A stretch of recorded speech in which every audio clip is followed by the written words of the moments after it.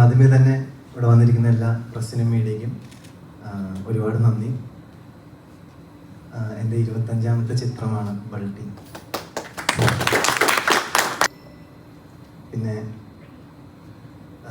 ബിനുചേട്ടൻ നേരത്തെ പറഞ്ഞപ്പോൾ എൻ്റെ ഏറ്റവും കൂടുതൽ ബഡ്ജറ്റുള്ള ചിത്രമാണ്.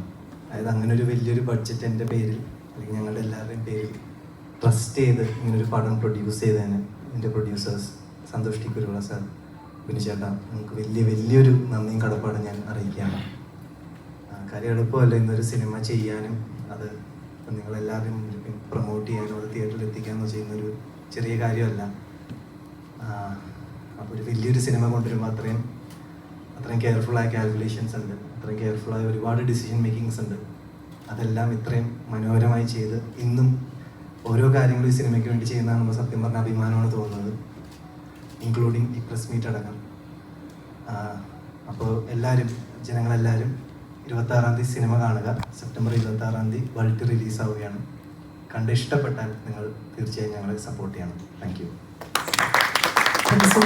ാണോ അതോടൊപ്പം തന്നെ ചോദിക്കുകയാണ്, ഈ കബഡി പഠിച്ചെടുക്കാൻ എത്രത്തോളം എഫേർട്ട് എടുത്തു, എങ്ങനെയുണ്ടായിരുന്നു എക്സ്പീരിയൻസ്? ഇതിനോട് സിമിലറായ ലുക്ക് ശരിക്കും പറഞ്ഞാൽ അന്നേ റസൂലുണ്ടായിരുന്നു. ഓർമ്മയുണ്ടോന്ന് പറഞ്ഞോടല്ല, എത്ര പേർക്കും മുടി പറ്റിയടിച്ചിട്ടുള്ള ആ ലുക്കിൻ്റെ പിന്നിൽ ഉണ്ണി തന്നെയാണ്. എനിക്കൊരു AI അയച്ചു തന്നു, AI ഫോട്ടോ. അത് കണ്ടപ്പോഴാണ് ഇത് കൊള്ളാലോ, ഇങ്ങനെ ഒരു ലുക്കിൽ വന്ന അടിപൊളിയായിരിക്കും. പിന്നെ അതിന് സമയവും എല്ലാം സാഹചര്യങ്ങളും ഒത്തു വന്നപ്പോൾ ഇങ്ങനെ മുടി കുറച്ചതാണ് ആ ലുക്ക്. പിന്നെ സെക്കൻഡ് ക്വസ്റ്റ്യൻ എന്തായിരുന്നു?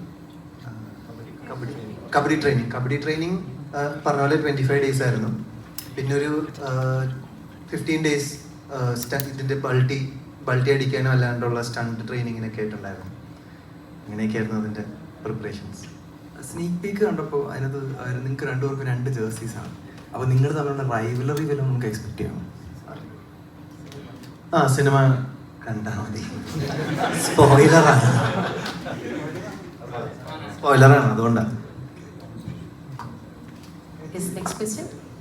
ഷെയ്ൻ ബ്രോ, ഞാൻ എൻ്റെ ജീവിതത്തിൽ ആദ്യമായിട്ട് ഇന്റർവ്യൂ ചെയ്യുന്ന നടനാണ് ഷെയ്ൻ ബ്രോ. വർഷങ്ങൾക്ക് മുമ്പ് ഏകദേശം ഇതേ സമയത്താണ്, സെപ്റ്റംബർ മാസത്തിലാണ്. അപ്പോ അന്ന് കണ്ടതിനേക്കാൾ ഒരുപാട് സുന്ദരനായിട്ടുണ്ട്. അപ്പോ ലുക്കിനെ കുറിച്ച് തന്നെയാണ് ചോദ്യം.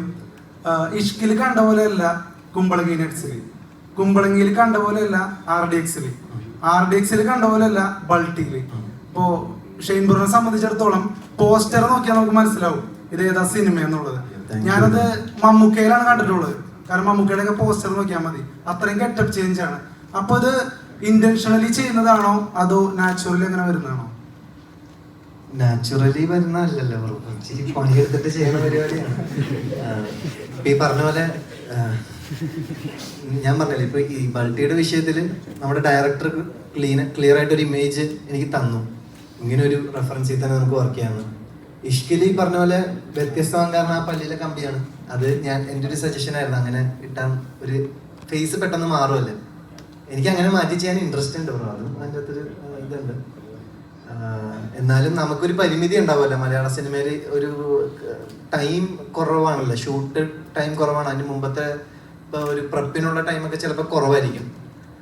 അത് എല്ലാ സാഹചര്യങ്ങളും ഒത്തു വരുമ്പോഴാണ് നമുക്ക് ഇത് പിടിക്കാനും പറ്റുള്ളൂ. പിന്നെ ഈ സിനിമയെ സംബന്ധിച്ചിടത്തോളം അതിനുള്ള സമയവും ഈ പറഞ്ഞ അതാണ് നേരത്തെ ഞാൻ ആഡ് ചെയ്യാൻ വിട്ടുപോയ പോയിന്റ്. ഇവിടുത്തെ പറഞ്ഞു, ബിനുചേട്ടൻ പറഞ്ഞു 40 ദിവസം ട്രെയിനിങ്ങിന് വേണ്ടി ഞങ്ങളോട് താങ്ക്സ് പറഞ്ഞു. ശരിക്കും ഞങ്ങളാണ് തിരിച്ച് താങ്ക്സ് പറയേണ്ടത്. കാരണം ഒരു സിനിമ അങ്ങനെ ഒരു അവസരങ്ങൾ എനിക്ക് മുമ്പ് അങ്ങനെ ഒരുക്കി തന്നിട്ടില്ല.